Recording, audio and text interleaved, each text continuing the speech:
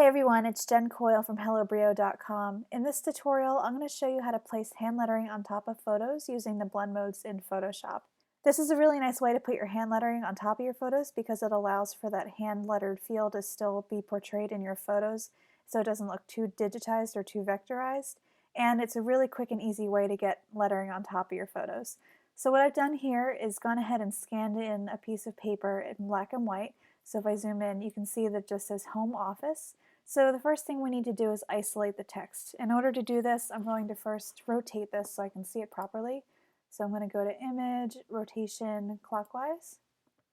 And now I'm going to use the lasso tool to just cut this out so I get rid of that extra piece of lettering that I messed up on. And I'm going to hit Command X on my keyboard to cut, Command N on my keyboard for a new document, and then just Command V to paste it in. Now I'm going to close this out because I don't need it anymore. If you scanned in your hand lettering using color, for this method you want to make sure to desaturate it because it'll just make it that much easier.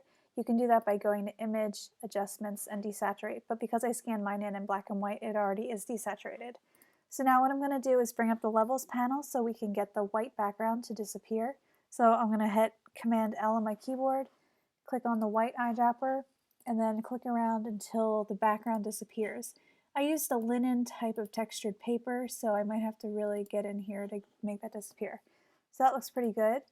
Now all I need to do is hit V on my keyboard for the selection tool, click and drag this into my photo that I want to use, and then I can resize and position it on my photo. I'm going to close this out because I don't need it right now.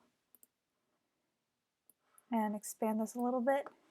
To resize, hit Command T on your keyboard, and then hold down Shift so that your writing stays in the same aspect ratio. So I want this to be kind of over here on the photo. That looks pretty good. So once it's positioned the way you want it, all you need to do is make sure you're selected on your hand lettering layer right here. And in your Layers panel, switch this to Multiply.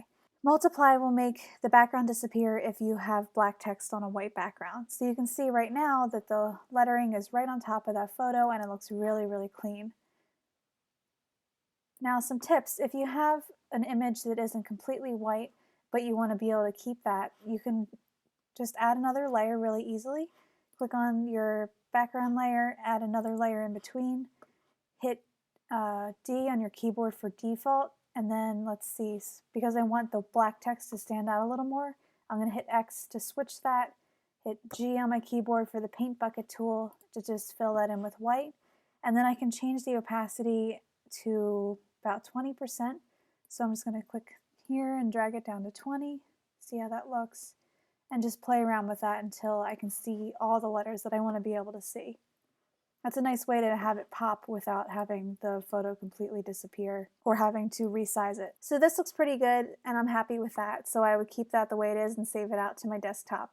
The other thing we can do is change it so it's white text. So in order to do that, make sure you're on your hand lettering layer, hit Command I to invert that layer, and then change the blend mode to screen, which is going to change the black background to disappear.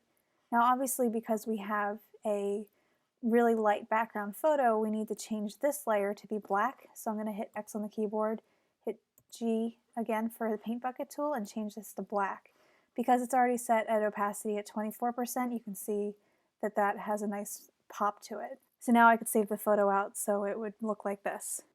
I'm going to zoom in here so you can see everything. Again, with this method of using blend modes in Photoshop, you can see how the hand lettering maintains its texture and its hand lettered look, and it's just a really nice and easy way to add hand lettering and handwriting on top of your photos.